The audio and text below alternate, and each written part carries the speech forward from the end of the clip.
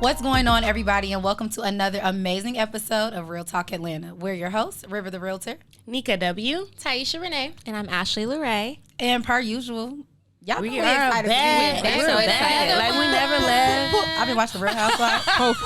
It's always good when I see y'all. That remind me at a club. No, I love it. I'm here for that. All right, y'all know it's the end of September. We're getting into Q4. What Yes. you ladies have planned? What's Yes. the tea? What's the juice? What's going on? We killing it. We going hard. We selling these That's all I homes. can say. Like, Getting Hard our in the homes paint. under contract. Period. Selling Period. these homes. Working Okay. on the weekend like usual. Okay. It literally feel like I'm on third base, just like gotta get go, it. I gotta go, get that go. home run. I gotta score. Like I gotta close. And I'm on second, so golly, I got a lot of running. You got a lot of work to do, but you gonna make it. It's home run. Yes. Yeah, it's gonna happen.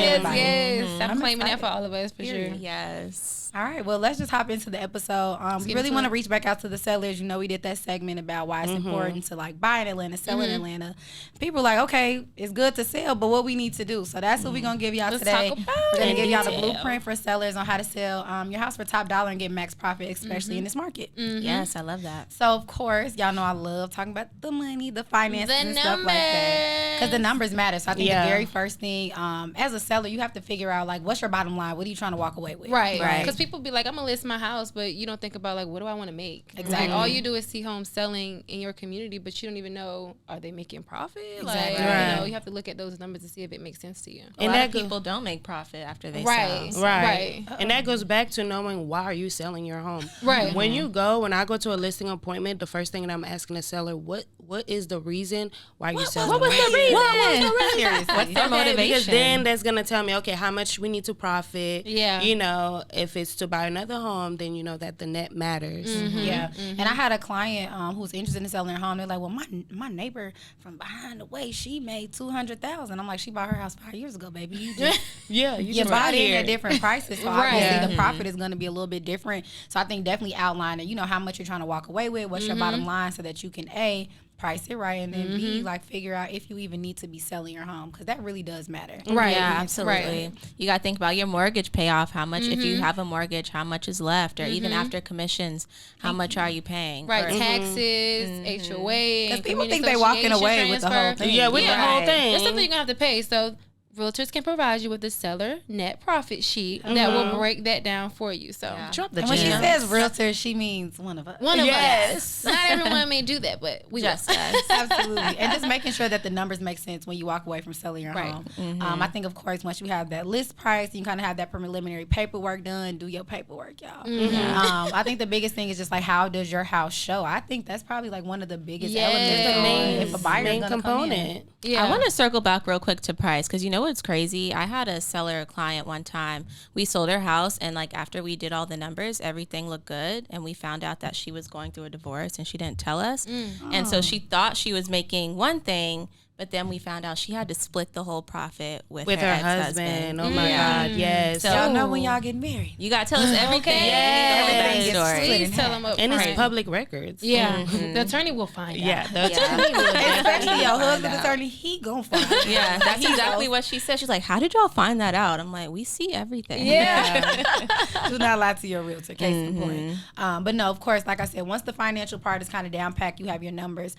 Getting your home ready to show, that's what's really going to bring the buyers in, because that's what the buyers see. The buyers don't care about how much money you making. They don't care about the price. Right. Well, they do, but they're just making sure that, you know, they're getting what they pay for. So making sure your house shows well. What are y'all like tips for like making sure the house shows perfect condition? Declutter.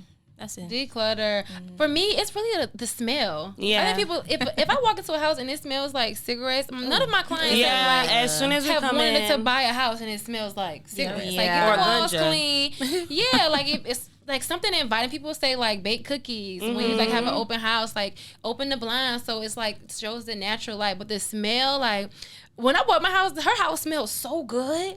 And makes that's you what want it. I was like, oh my God, it smells so good, and it felt so homey and so welcome. I was like, oh, I can live in here. Yeah. Like, if this is You what don't it's wanna gonna feel leave. like. You don't Yeah. want to leave. So I think the smell is like, Because buyers are very visual. Like a Yeah. buyer cannot see themselves in a house unless it feels like them. It smells like them. Yeah. It sounds like It's them. all you about know? perfect timing. It's a first impression, right? As soon as they step, they're already judging the house outside, right? So if they coming in and they feel like it's it's like they can feel home by smelling like the candles. And even sometimes for me, the tips as well is when the seller have music. Yeah. So they have a little love jazz. Okay, let's break this down, because what I'm hearing is pretty much when you show a house, it appeals to all five senses, right? Yes. But Tiesha says smell, That's right? perfect, yeah. Smell.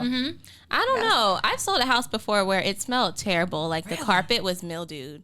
But They ain't want Is to it do an that. investor? Yeah, it has to be an investor. I mean, he planned to rip up the carpet and put like hardwood floors in it anyway, so he didn't care about it. But it is a big thing. That's like the first thing. It like hits you as soon as you walk in the house. smell. You know. If you one of them people that's always on TikTok trying to start a new recipe, you using peppers, onions, garlic, that's fine. But when somebody comes to your house, make sure it don't smell like what you ate last night, what your kids left in their book bag. Cigarettes. That's Pets. my biggest. Ganja. Oh, what's it called? Mothball. Mothballs. That's old school. Yeah, that is old school. That's a tip for the agents. Like whenever I have an open house or a listing appointment, I always bring plugins and candles. Like, Oh, yeah. you have Yeah. to. That's a must. It's a must. And a then another thing is, hearing, being in the vibe, creating the vibe for the buyer, making sure they relax. They can feel themselves, especially on a Sunday or over the weekend. Make sure you have some music. Even if it's a little speaker, I definitely recommend that. Because Yeah, Go but to play like Spotify. calming music. Yeah, 'Cause one calming time I went music. to a house and the house was like already a little weird. Like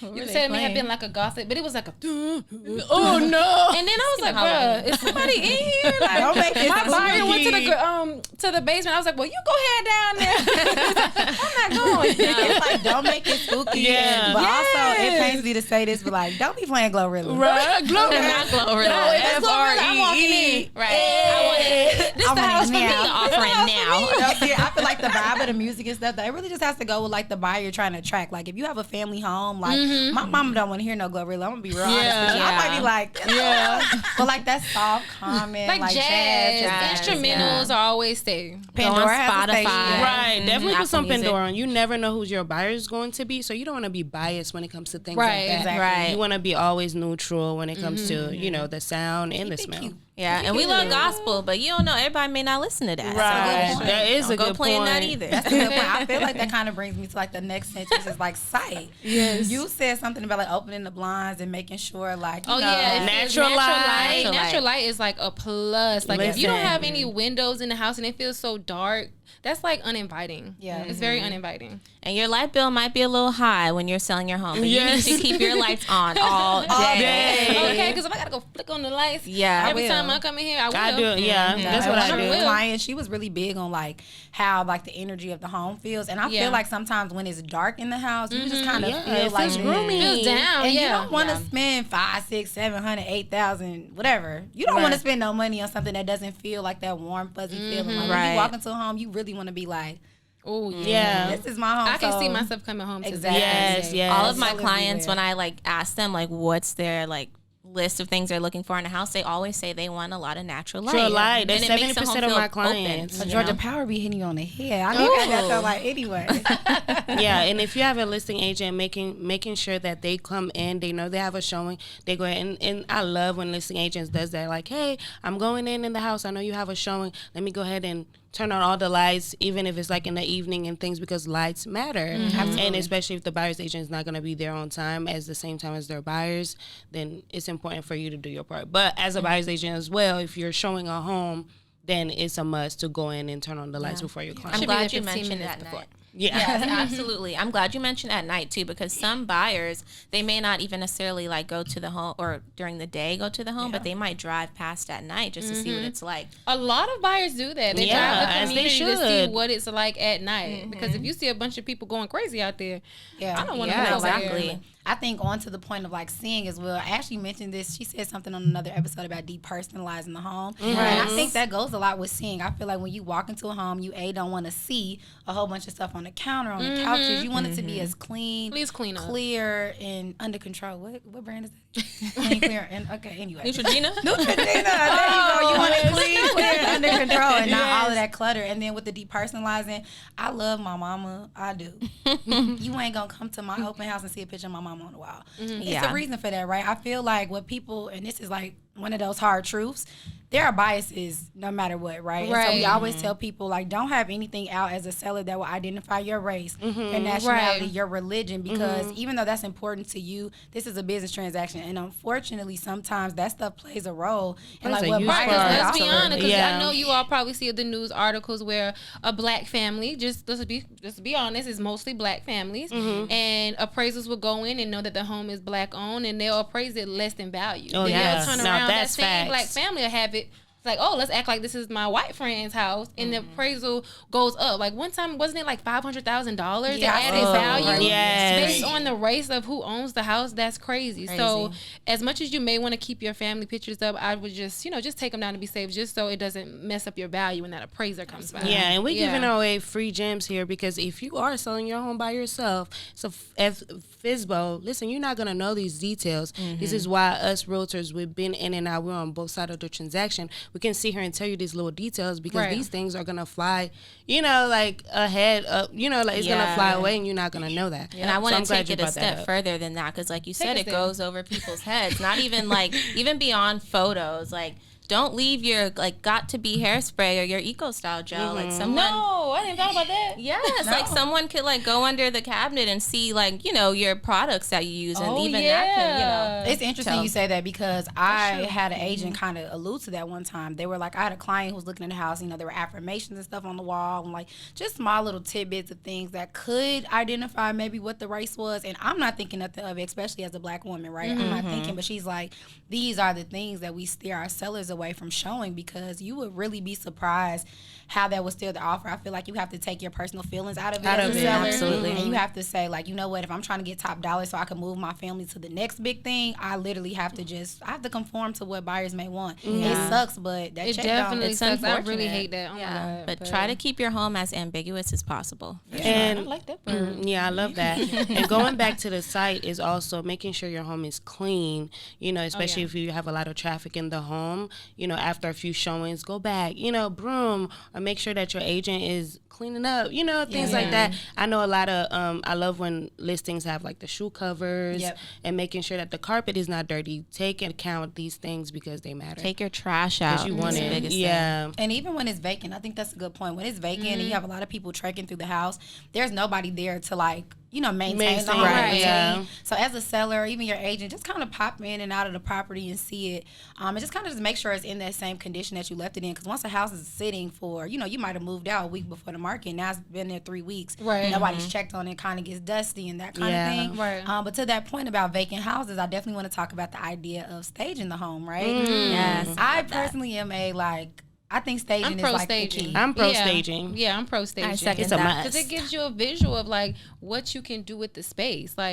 What size couch can fit here? Can I fit more stuff here? It really gives you a visual of what you can do as what the buyer can do to make that space their own. 80% of homes sells quicker if it's staged than vacant. Just because they can actually visualize where they're going to put their furnitures based on, how they decorate the home. And also, it takes them a lot of, if you really use a good stager, buyers are going to be like, man, I need the stager. I need them to come decorate my home too. And it's a good feeling, because, it's instant. They're going to buy it. And it's crazy. Homes sell is it 20 or 25% higher than if it were stager versus vacant. So it's a good investment. I'll be honest. I had a listing back home in Chicago. It was a nice renovation, but I feel like it wasn't getting the necessary attention.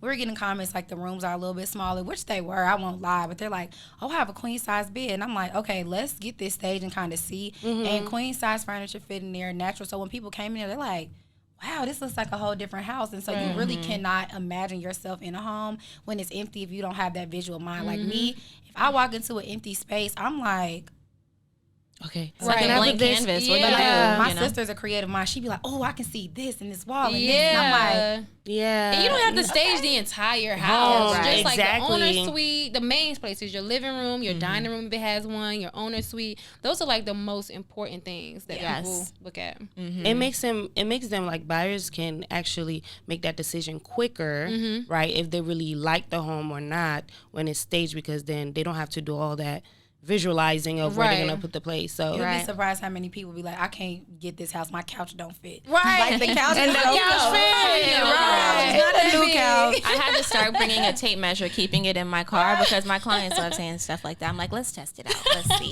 Right. And if it's not in the budget, do virtual staging. I think that's could do that as well. Yeah. I'm glad you mentioned the budget because I'm sure a lot of sellers want to know like what's the average pricing for staging because a lot of people are like that's why they don't want to do it. But it goes by the square footage, right? Mm-hmm. Of course, everyone's different. Yeah, square footage and the number of rooms that you're going to do. And number of time. You know, how many days. How long will it stage? Like, is it a week? Are you paying on a monthly basis? You know, in the previous market, you know, you could list it for 2 days and, you know, already got the staging out. Now it's sitting a while longer, so that may affect the cost. Yeah, so keep that in mind. I think with, of course, appealing to the senses, having the staging, you kind of set the tone for like what the house is going to look like. Yeah. And that's when the marketing piece comes in, right? Y'all know we're heavy on like marketing. When your home is shown on like these sites, the FMLS, realtor.com, that's people's first impression. And like, you know what he said, I'm here for a second, baby. Okay. If they don't like the pictures, they are probably not going to go there. Why would you? Because it's just not why? Yeah. It's like a dating site. I'm going to keep scrolling. Yeah. Not that I use that or anything, so I don't.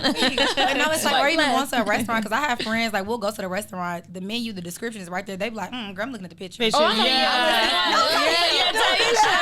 go, I already know what I'm getting. Exactly. But it's because, like, you want to see it. So if those pictures and it's looking raggedy, your dog in the bag, you know, you got cats running. I've seen it too. I've seen people's children getting their hair done in the bag. I think that makes it more personable, and it doesn't. No, it doesn't. It just looks like you went up there never with your phone. What you did? Yeah. A buyer is never gonna be like, oh my God, your dog in the picture. I can see my dog in the picture. Like, that's not how that works. No, they might see and they're like, you know what? This is gonna smell like a dog house, so I'm not going there. No, you know, that one got a smell. Yeah, this one got a smell too. So I think when it comes to the marketing, and I'm biased. I think go professional photo all the time. Do it right. I get it, right? If you just absolutely cannot afford it, there are ways to take nice, clean cut pictures on your iPhone. On these new iPhones, you can probably get it done. But you have some to really agents, oh no! I seen a panoramic. Nah, I like, hate this that. is crazy. Don't get me started with that. This is I said this on another episode too. Don't do y'all that. love to pan and then be doing this.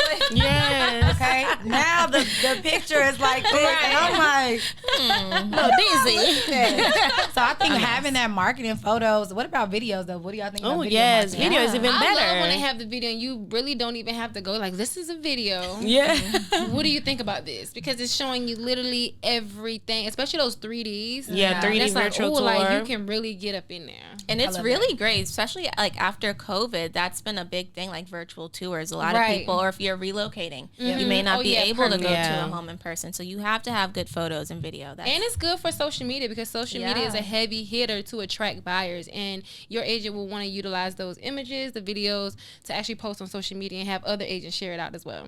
So make sure you're asking your agent that's listing your home, how are they planning? Right. How are they planning to market your home? Like, make sure they give you a list of all the things and recommend some things too. Say, hey, I would like some video footage. I would like reels. I would like this and that. You know, make sure they're going above and beyond to make sure, especially in this market, because you do not want your home to stay on the market. The longer it stays, the harder it gets. The more money you lose. The lower lose. the offer's going to be. And the longer. But you brought up two things that I definitely want to touch on before we leave. The first one is just that level of patience, right? Yes. The market is shifting, and we've talked about it because we know y'all have tuned into the previous episodes if you're watching today. Of course they have. Please do.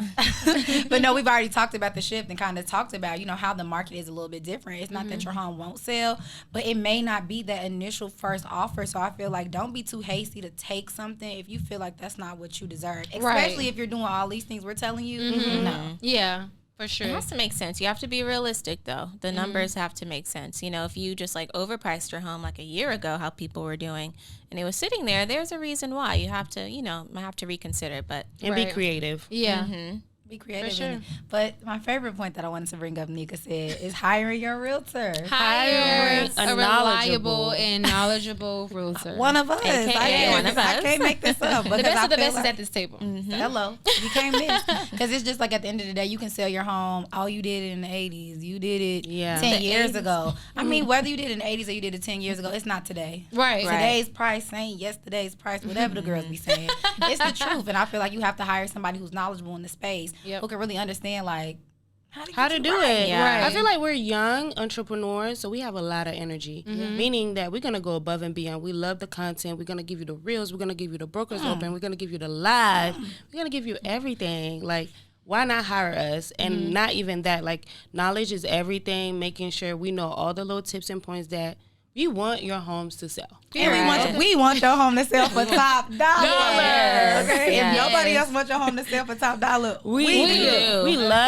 We love making a record in the neighborhood. Like we did it. And you know what's crazy? Of course, we want to work with you guys, but as agents, we have to know. Like, there's a science behind listings. We don't just go and like pull a number out of our head. I was going to say another word. Pull a number out of our head just because that's what you wanted to sell for. Like, we have the knowledge, so you have to kind of also take our lead. Like, if we say something, it's for a reason. We're trying to get your home to sell for top dollar. I'm glad you said that. I am glad too, you said that. because be smart. Okay, because it's not about what you think your home is worth. It's about what the market think it's worth. Right. Those comps. Comps. Because a lot CMA. of investors, because I do work with a lot of them, it's like they will go ahead and make all these huge upgrades. They will go ahead and spend money and tons of money in these appliances and these, really expensive finishes without really comparing the comps, the market, versus of how much they're spending. And now you putting your home in the market. We've done all this amazing marketing, but you still haven't made a lot of profit on your home because you wasn't. You thought that I could just I could just buy all these things and it's worth it to my eyes. So then there is such thing as like over upgrading. Yeah, we gotta get him an investor specialist. And I have to say this about hiring a realtor because I want to be very honest. If you interview 5 realtors, right, and 4 of them say you can get $300,000 and one says $500,000, the one who said $500,000 is lying. And I'm gonna just be honest. They just want the listing. So make sure that you're not just looking at like, oh, he said I can get him X amount of dollars for this, because that may not always be right. Sometimes these agents will say whatever they can to say to get the listing, and I feel like I speak for all of us. We're not gonna tell you what you want to hear just because that's what you want to hear. Okay, men lie, women lie, but numbers don't. And so the comps will tell you what you can get. We're gonna keep it real. Period. That's what we do. That's a good thing about an agent. Like, we can pick and choose, Yeah. What we work with.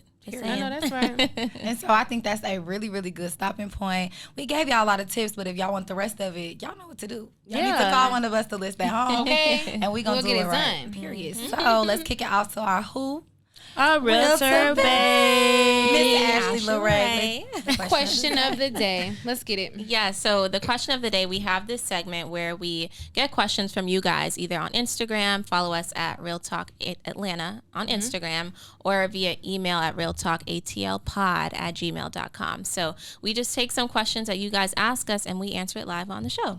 So for today's question, someone asked, what would our advice be for someone looking to become a real estate investor in Atlanta? It's so crazy that you were just talking about investment. Yeah, I know, right? We got to do an episode. We do have to do an episode. For me, I feel like when you're coming in as an investor, right, you want to make money. Investors, like, they want to make money and that's it. In a short period of time or a long term, it depends. And that's what my advice is. If you want to become an investor, you want to know what type of investor do you want to be? When do you want your money? Right. Do you want it monthly? Do you want it annually? Do you want to do the long-term game or short-term game? Because then you're going to know which route to take. And also my second tip, I could go all day. Don't take all the time. You know what? I'm going to leave it there. Okay, I have to hurry up and say mine for Nika steal it. But I really think the second thing that came to my mind about being a real estate investor in Atlanta is that you have to remember that you are an investor. This is not your home that you are buying. So you have to take your personal feelings out of it and think about what's going to make you the most money and what's going to be the most profitable. Because as an investor, you can't walk into a situation and say, I don't like the cabinets. They're not your cabinets. Right. You can't dislike a certain thing about it and let that be the reason why you don't make an investment, because you have to think about, if you're renting, what's going to be the highest rental, a buy and hold, what's going to build you the most equity. You have to think about the actual game instead of putting yourself into it. And so take yourself out of the equation. Be an investor. Don't be a first-time home buyer. Right. That's a good one. I would say study the developments. As an investor, you want to be in areas that are growing. You want to be in areas where people are attracted to and are going to want to stay there. Of course, if we want to be as close to the city as possible, but you want to go somewhere that has those developments where, especially if it's long-term, once it comes to that point where these developments are complete, your numbers are going to go up. Yep. So definitely study the developments in the Atlanta. That's good. which we talked about on a previous episode. sure of did. Real Right, Talk we Atlanta. sure did. I'm gonna be honest with y'all. I gotta keep it real because that's what we do. That's That's what we do. I got a love-hate relationship with investors. I really do, because I feel like investors just think that they know everything and they don't. Like, I feel like a lot of like self-proclaimed investors, especially whoever asks this question. Self-proclaimed. I'm serious. Especially whoever asks this question. Remember, like, you're looking to get into it, so this is going to be your first time purchasing an investment property. You don't know everything. That's fine. Of course, I'm going to help you learn. I'm the professional, but you can't just like watch a YouTube video or listen to a podcast that, isn't ours, of course, but think that you can just do all these things, and it doesn't work like that. So you have to listen to your agent, be receptive. That's my biggest thing. Yeah, get a mentor. Get a mentor. Get someone that has been doing this for a long time. I feel like that's when the best investors come out of. Like, it's like knowing someone that's already in the business, already invested in a couple homes, and then kind of learn from them, get their advice, and know your numbers. Yeah. Like a lot of people, for instance, want to do like house hacking. Like, I'm going to buy like a 6-unit multi-family and live in one. I'm like, Atlanta's not the place for that. You have to know, like, I'm telling you these things, and you think like, no. Yeah, you gotta listen. That's my biggest. We're not working against y'all. We really want to see y'all win. We want to see y'all prosper. So take this advice, but stay tuned because we're gonna do an investor special. Yeah, obviously that's what we need. Absolutely. Yeah. But before we wrap up, I think it's very, very important that we give people their flowers when they are well deserved. So we wanted to take a minute to give a shout out to our amazing, amazing production team over at Adode Media. Yes, we really appreciate everything that you guys have done. Putting up with us, y'all. And a special shout out to Miss Anna. Hey, Anna. She literally hates us, but we're her favorite people on earth. She really keeps us going. She keeps this podcast together. She keeps us together. Okay, she's all things podcast. Literally. So we appreciate that. And if you're looking to start a podcast, make sure y'all hit Anna at Adode Media. We'll put her information below. We love her. We appreciate everything. And we appreciate you guys. So thank you guys for watching and supporting. Every single week. We appreciate it. Make sure you like, comment, subscribe. Yes. Period. We'll see you guys next time. Cheers. Cheers, girls.